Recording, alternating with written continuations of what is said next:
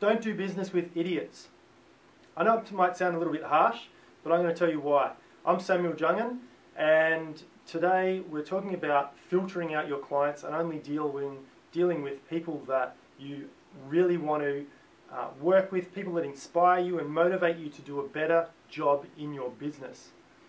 Now, I see this a lot in businesses that we consult with, and they are so desperate for business, or they think that they need the business, that they accept anyone as their client, and they end up not producing as good a results as they could as if they filtered their clients and chose who they wanted to work with more precisely.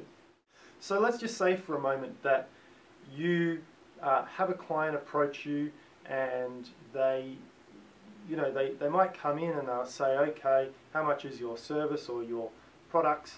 And you tell them, okay, it's $2,000 for my products or services. Then they try to haggle with you and they tell you, oh, you know, we can get a better price down the road and blah, blah, blah. And they try to beat you down on price. That's the first sign. Then they, you may drop your price, you may not. I suggest not dropping your price, because it comes down to a reflection of how good your business is and what you provide. If you're willing to drop your price, then possibly it might show the client that you're more vulnerable. Maybe you don't believe in your product or service as much as someone who wouldn't drop their price.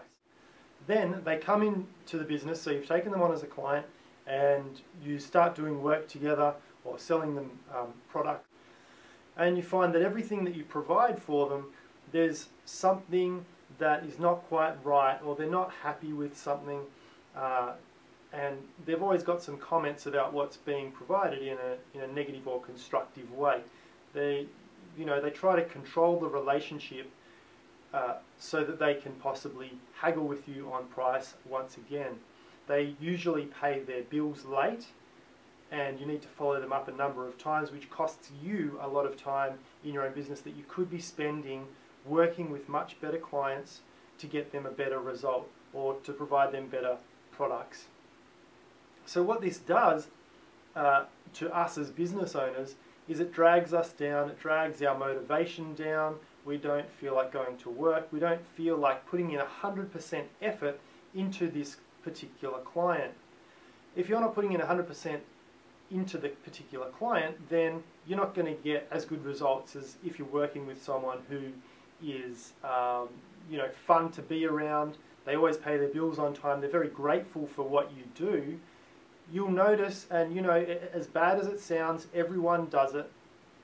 If they're a better client, you treat them better, you're happy to put in extra hours, stay back late, and do whatever it takes to get them an amazing result over the person who bitches and moans and pays their bills late and always has an issue with what you're doing.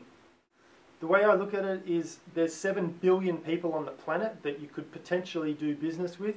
Some of them might be a little bit young, but the point is there's a whole truckload of people out there that you could be doing business with, and you don't need these other people in your life. They're going to make your life miserable. They're going to make your work not as fun as it could be, and they're basically dragging down your whole business, because if you don't feel like going to work today, or don't feel like spending the extra time and effort, don't feel like putting the energy in to this particular client, it filters out into the rest of your business and onto the good clients who you could be doing more amazing stuff for had you not had the few bad apples in the cart.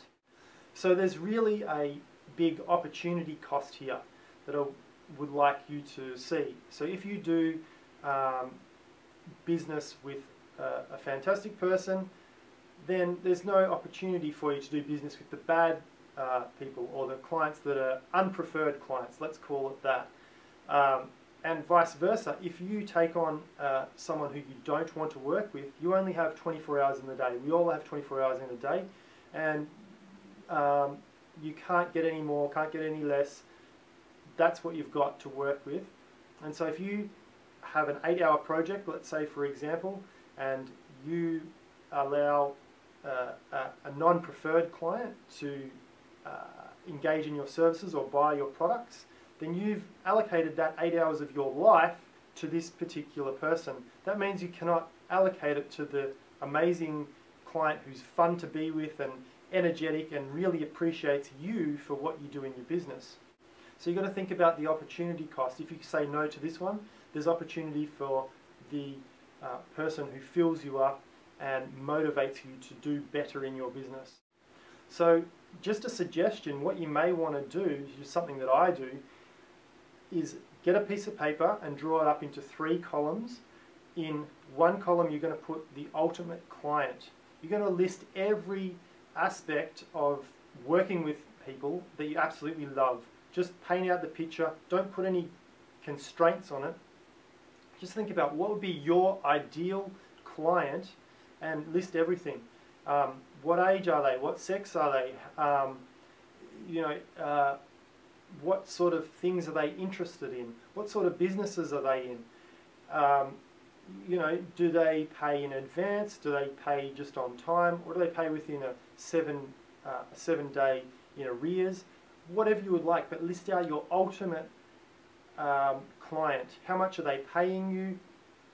Do you go out for dinner with your clients on a regular basis? Is it more on a friendly basis? You go down to the pub and you have a drink with them. But list out every single thing that would make up that ideal client. Then in the middle column, you want to put everything that you're willing to put up with a client. And so these are things that are not negative, they're not positive, but this is where the line is drawn. It might be, okay, I'm willing to put up with, they pay within 30 days. As long as they pay in 30 days, they go in that column. If that's what your terms are, if that's what you're willing to put up with to keep your business going. In the last column, I want you to draw the line and have the deal breakers. These are the things that you're not willing to put up with in your business anymore. And what we now have is a very structured filtering process, so that if someone comes to purchase your products or services, you can easily allocate them to a group. If they're in the deal breaker column, then it's an instant no. Sorry, your services or your products are not right for them. And you need to get used to saying no, because every time you say no there, it's going to provide you opportunities to say yes to the other people that you do want to work with. I know it's a little bit it's counterintuitive for business and you don't want to do it, but believe me, it will make an amazing difference to your business. For the middle column, what you want to do with these people is you want to try to move the people.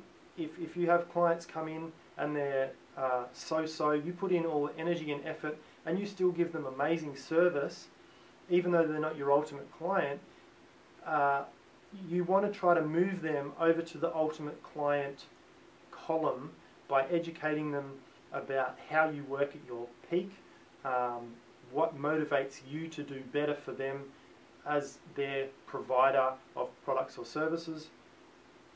And then you're continually building your business the way you want to do it. Then you've got more energy, you've got more passion to put into the people that are in your ultimate column, and life is just so much easier. These people generally are happy to pay more. They don't question the price, they don't question the value, and they will tell more people than the people in this column and this column will typically. So I hope this has been useful. If you've got some value out of it, please subscribe to the channel or share the video. This is what motivates me to keep making these videos and providing value to you, is when I see them being shared, it motivates me to make more. So I hope you've enjoyed it, and I'll see you in the next episode.